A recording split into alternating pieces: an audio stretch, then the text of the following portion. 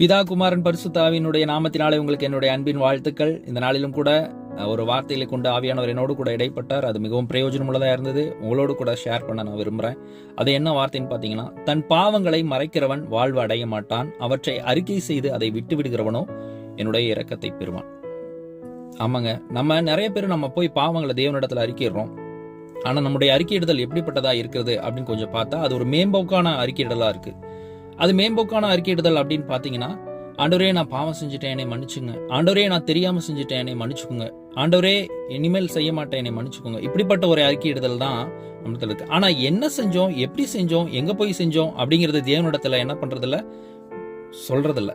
So நார்மலான ஒரு அறிக்கையிடுதல், அதுதான் மேம்போக்கான அறிக்கையிடுதல். அப்போ தேவன் என்ன விரும்புறாருன்னா, தெளிவா ஆண்டவர் அவரிடத்துல சொல்லணும்னு சொல்லி விரும்புறாரு.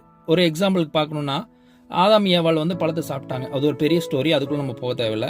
பழத்தை சாப்பிட்டோன்னா ஆண்டவர் கேட்கிறாரு, நான் சாப்பிட வேண்டாம்னு சொன்ன பழத்தை சாப்பிட்டீங்களான்னு கேட்கிறாரு. ஆனா ஆண்டவருக்கு தெரியாமையா கேட்டிருப்பாரு. ஏன் அப்படி கேட்டார்னா, அவங்க அறிக்கையிடணும்னு விரும்புறாரு.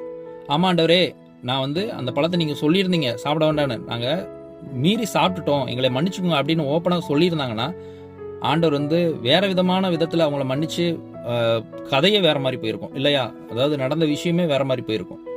பட் என்ன சொன்னாங்கன்னா, ஒருவருக்கு ஒருவர் என்ன பண்ணாங்கன்னா குறை சொல்லிட்டு இருந்தாங்க. ஆண்டவர் அதை விரும்பல. ஸோ அதே மாதிரிதான் இன்னைக்கு நம்ம போய் தேவனிடத்துல ஆழமான விதத்துல நம்மளுடைய பாவங்களை தெளிவா சொல்லாம, நம்மளும் அப்படிப்பட்ட ஒரு குறைகளை சொல்லிட்டு மேம்போக்கான ஒரு விதத்துல தான் அறிக்கையிட்டு இருக்கோம் அப்படின்னு தான் பாக்குறோம். ஸோ இப்படிப்பட்ட அறிக்கையிடுதலுக்கு விடுதலை இருக்கான்னு கேட்டா விடுதலை இல்லை. ஸோ தேவன் என்ன விரும்புறாருன்னா, அவர் பாவத்தை பாராத சுத்த கண்ணன். ஸோ தேவனிடத்துல போய், ஆண்டவரே நான் இந்த இடத்துக்கு போனேன், இந்த மாதிரி நடந்துருச்சு, இந்த மாதிரி காரியத்தை நான் இப்படி பண்ணிட்டேன், ஆண்டவரே என்னாலதான் அந்த பாவம் நடந்துச்சு, என்னாலதான் இவங்க இடரல் அடைஞ்சாங்க, என்னாலதான் ஆண்டவரே அப்படின்னு சொல்லி நம்ம ஆழமான முறையில் தாழ்த்தி தேவனிடத்துல மன்னிப்பு கேட்கும் பொழுது அதுக்கு ஒரு ஆழமான விடுதலை கிடைக்குதுங்க.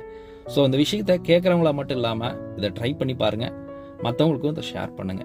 என்னுடைய வாழ்க்கையில் ஒரு விடுதலை கிடைச்சிச்சு, உங்களுடைய வாழ்க்கையிலும் கிடைக்கும். தேங்க்யூ.